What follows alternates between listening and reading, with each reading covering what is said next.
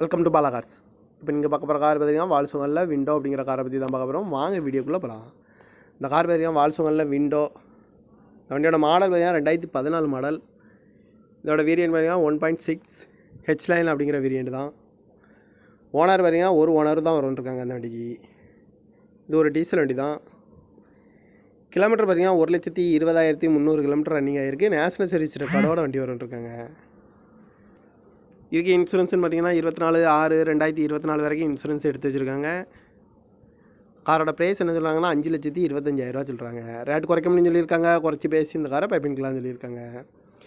AC வந்துடும், power sharing, power window, ABS வந்துடும், air bag, அழகுவில் வந்துடும். சீட் கவர்லாம் பார்த்தீங்கன்னா நியூ கார் தான் போட்டிருக்கு.